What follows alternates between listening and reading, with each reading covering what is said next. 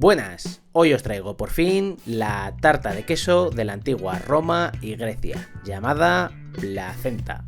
Podéis estar tranquilos, que ya os digo que entre sus ingredientes nada tiene que ver con lo que conocemos hoy como placenta.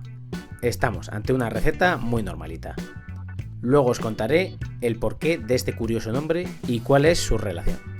Pero lo primero, me presento. Soy Ross de las míticas recetas. No olvidéis, si os gusta el contenido, darle a like y activar la campanita. Y vamos con ello. Primero os voy a contar un poco sobre la receta. Nos la da Catón el Viejo en su obra de Agricultura, del 160 a.C., que además de darnos algunos consejos sobre agricultura, nos da algunas recetas. Entre ellas la de un pastel llamado placenta, que se ha de decir que en esta época al órgano que todos conocemos no recibía este nombre. Se llamaba corión en griego o secundinae en latín, ya que era lo segundo que salía en el parto. Por lo que la asociación que nosotros hacemos ahora con ese órgano no existía en la época de Catón el Viejo. Este nombre procede del griego, de plakous, y sus derivados que hacen referencia a panes planos, ingrediente fundamental para esta receta. Y es que esta época es muy importante. Estamos hablando del siglo II a.C., cuando la cultura romana está absorbiendo un montón de influencias del mundo griego. Y es precisamente Catón el Viejo uno de los mayores conservadores de las tradiciones romanas, pero a su vez un gran conocedor del mundo griego, por lo que no nos sorprende que conozca la gastronomía de Grecia, ya que aunque la receta nos ha llegado por una fuente romana, el hecho de que tenga un nombre griego parece indicarnos su procedencia, o al menos de platos muy similares. Pero aunque solo tengamos estas referencias, sabemos que esta receta y sus variantes fueron platos muy famosos en el mundo antiguo y mantienen su influencia hasta el día de hoy en platos tan famosos como los que vimos de tiropita o espanakopita, que trajimos un día y os dejo el vídeo por ahí abajo. Incluso se suele incluir al baklava como una influencia de esta receta. Esta receta también se extendió a otros países, donde en Rumanía aún encontramos un pastel llamado plaquinta o placinta, no se pronuncia rumano. Tal era la fama de este producto que en el siglo XVI el médico Realdo Colombo le da por escribir en uno de sus libros que el órgano llamado secundinae le recordaba a este pastel y decide darle el nombre de placenta uterina. He aquí su relación, y este nombre se hizo tan famoso que acabó por eclipsar a la propia placenta original, aunque en español se siguió llamando secundinas hasta el siglo pasado, ya que este pastel para nosotros era algo ajeno, pero también terminó calando en nuestro idioma. Y es más, la situación es graciosa porque si busquéis en internet el órgano, aparece que su nombre significa pastel plano, lo que si no sabemos el contexto nos lleva a poner una cara un tanto extraña. Habiendo visto la historia de este famoso plato, vamos al meollo de la cuestión, la recetita. En este caso, y para nuestra suerte, Catón sí es bastante claro dándonos cantidades y pasos. Nosotros vamos a hacer una versión reducida de las medidas que él nos da, pero os dejo la auténtica receta escrita en la descripción. Vamos a necesitar queso. Yo lo he adaptado para una cuña, que más o menos la mía pesaba unos 290 gramos, y a partir de ahí calculé el resto de ingredientes con las medidas que nos daba Catón. Nos especifica queso de oveja, en algunas versiones lo traducen como fresco y en otras como tierno. Lo primero es deciros que yo usé de cabra porque el de oveja fresco o tierno ya os he dicho varias veces que en mi zona no consigo encontrarlo. El siguiente que solían usar tanto los romanos como los griegos solía ser el de cabra, que además le va a dar más personalidad al plato. Y en cuanto si tiene que ser fresco o tierno, hice un primer intento con queso fresco, pero la cantidad de agua que tiene este tipo de quesos hizo que al final se cociese más en la parte de abajo más que hornearse, por lo que el segundo intento lo hice con queso tierno y sigue ocurriendo un poco esto, pero no tan exageradamente como con el fresco. Así que yo os recomiendo un tierno o incluso alguno algo más curado que tenga menos cantidad de agua. El siguiente ingrediente es la miel, que como ya sabemos es el endulzante por excelencia tanto de griegos como de romanos. Vamos a usar 90 gramos para el pastel y luego un poco más para el toque final. Seguimos con los ingredientes de la masa, que vamos a necesitar harina, unos 120 gramos, y también espelta en grano, 40 gramos, que hay que ponerla con antelación en remojo. Si no tenéis espelta en grano podéis usar otro tipo de cereales o simplemente harina, pero es cierto que el cereal en grano le va a dar un toque. El siguiente ingrediente sí es muy importante, laurel fresco, que aunque sea un ingrediente secundario, le va a dar toda la personalidad a este plato. Con laurel seco no sé si quedará igual, pero se puede probar. Y el fresco la verdad es que no sé cómo de fácil puede ser conseguirlo, porque yo este le consigo de mi pueblo. El último ingrediente, lo que vamos a usar es un poco de aceite. Y ya está, vamos al lío. Lo primero que vamos a hacer es poner la espelta en remojo para que se ablande, que esto yo ya lo había hecho con antelación. El siguiente es un tanto opcional. Hay que poner el queso en remojo, según nos dice Catón.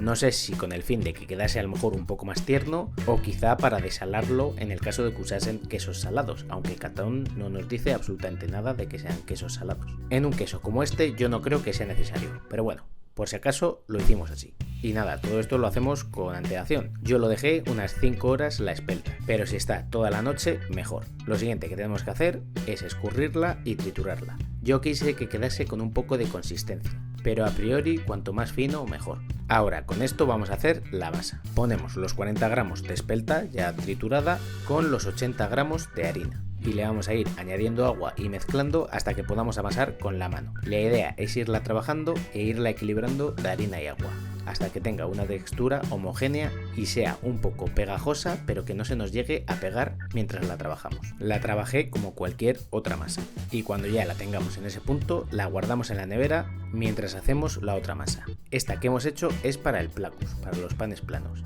Ahora vamos con la siguiente, que es para envolver todo el pastel. Esta es mucho más sencilla. Y si os echa un poco para atrás hacer la anterior masa, podéis hacer todas como esta. Para ello ponemos 40 gramos de harina y vamos mezclando con agua de la misma manera que en la anterior, equilibrando hasta que consigamos una masa homogénea y que no se nos pegue. Esta es mucho más fácil de trabajar, y si queréis le podéis poner una pizca de sal y un poco de aceite, que siempre le va genial. Aunque Catón no nos dice nada. Y al igual que la otra, a reposar a la nevera. Ahora vamos con el relleno. Escurrimos el queso y lo desmigamos todo lo que podamos. Una vez hecho esto, le vamos a ir añadiendo la miel, 90 gramos en total, y lo mezclamos todo muy bien. Pasado un rato volvemos con las masas de nuevo. Cogemos la del placus, la de los panes planos y la empezamos a estirar con bien de harina para que no se pegue. La estiramos lo máximo que podamos y hacemos círculos del tamaño de nuestro recipiente que vayamos a usar. Yo pensaba que encogerían luego un poco y por eso las hice de un tamaño más o menos exacto, pero al revés, crecieron y las tuve que recortar. Tenerlo en cuenta y la masa os dará para más. Repetimos este proceso hasta que gastemos toda la masa. En mi caso salieron 3 tortillas porque el recipiente era bastante grandecito, pero cuantas más tortillas mejor, más capas conseguiremos. Ahora deberíamos dejarla secar y luego ponerla al fuego. Yo simplifiqué todo esto un poco poniéndola directamente en una sartén con un poco de aceite hasta que se doren. De este modo las precocinamos para que luego dentro del pastel en el horno no se queden crudas. El olor y la textura son muy similares a las de una tortilla mexicana. Así que si no os queréis complicar mucho la vida, siempre podéis usar esas. Para la segunda masa, la que va a envolver todo, lo que tenemos que hacer es estirarla lo máximo posible, que quede muy finita. Y también intentando que quede con una forma más o menos redondeada, ya que esta va así directamente. Una vez ya tengamos esto, cogemos el recipiente que vayamos a usar, hacer una cama con las hojas de laurel fresco. Como no existía el papel de horno, esta era la manera para que no se pegase la masa, pero además le va a dar un aroma increíble. Lo tenemos que untar también con un poco de aceite y así nos aseguramos aún más que no se pegue. Una vez listo, podemos ya poner nuestra masa encima y la vamos amoldando al recipiente. La rellenamos intercalando las masas de los panes planos con el relleno de miel y queso. Lo ideal sería que tanto abajo del todo como arriba del todo estuviese cubierto por una de estas masas planas. Pero si os han salido poquitas como a mí, podéis prescindir de la de abajo. Una vez gastado todo el relleno, tenemos que cerrar la placenta. Y Catón nos dice que la decoremos a nuestro gusto. Podéis dejarla así un poco abierta o también podéis cerrarla completamente, eso ya como prefiréis. Yo le puse también laurel alrededor para que no se pegase por ahí y terminé poniéndole un poco de aceite por encima para que brille más. Pero de esto Catón no nos dice nada. Ahora directos al horno, que lo teníamos ya precalentado a 190 grados por unos 40-50 minutos, hasta que esté bien doradito. Lo único que con esta temperatura creo que el queso sufre un poco y pierde su sabor, por lo que si no tenéis prisa yo os recomendaría ponerlo a 160 grados y seguramente ronde la hora y 20. Mientras se hornea, lo que tenemos que hacer es un mejunje. Diluimos miel en un poco de agua, simplemente para que luego nos sea más fácil untarla por encima. Una vez nuestra placenta esté bien doradita, solo nos quedaría darle el toque final con este mejunje. Se lo añadimos por encima y esto le va a dar, además de un toquecillo, le va a dar mucho brillo. Y ya estaría nuestra placenta grecorromana. Vamos a probarla.